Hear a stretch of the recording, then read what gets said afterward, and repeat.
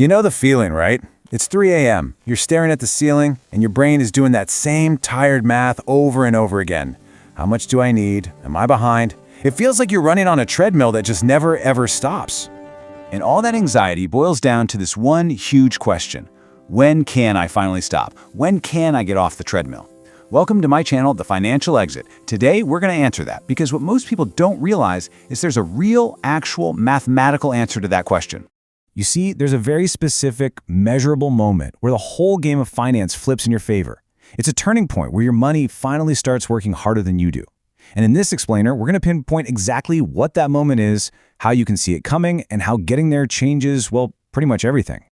Okay, so here's the best way to think about it.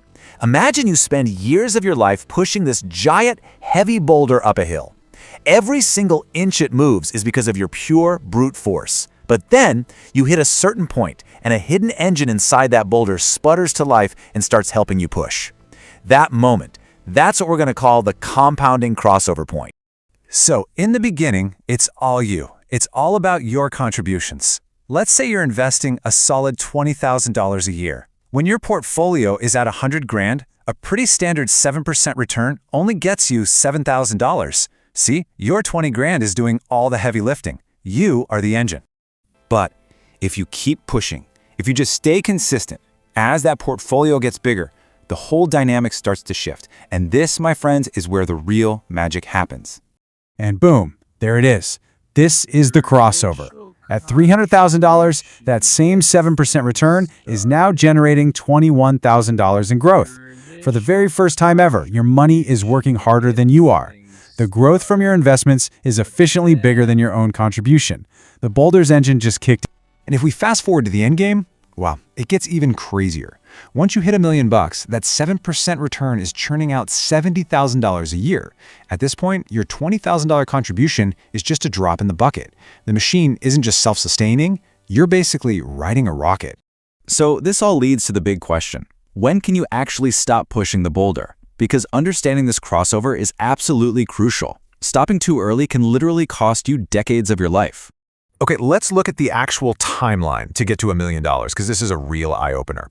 If you just keep contributing forever, you get there in about 23 years. Nice, but if you stop when you only have $100K saved, it takes a whopping 40 years. That's an extra 17 years of waiting. But now look at this. If you wait until you have $500K, you still hit $1 million in just 26 years. That's only 3 years longer than the person who never stopped. That right there, that's the moment investing starts to become optional. Now, this incredibly powerful idea actually has a name. It's a whole financial strategy that's changing how people think about retirement. It's called Coast Fire, and it's all about front-loading your work to buy yourself decades of freedom later. So what the heck is it? Well, Coast Fire is simply the point where you have enough money invested that even if you never saved another dime, compound interest alone is going to grow your portfolio to your final retirement number. It's like a financial sprint at the beginning, followed by a long, effortless glide to the finish line. Let's make this super real. Say you're 30 years old and your goal is to have $2 million by the time you're 65. How much would you need invested right now to just stop and let it grow on its own? The answer is about $187,000. That's it. If you can get that much invested by 30, you could technically not invest another penny and still retire a multimillionaire. Wild, right? But honestly, this isn't just about spreadsheets and numbers. The real power here, the thing that really changes you, is the profound psychological shift that happens when you reach this point. It's the moment your financial life moves from a state of obligation to a state of choice. Think about it like this. Before you hit this number, you're living in the world of obligation. You invest every single month because you have to. Your entire future feels like it's tied to your next paycheck.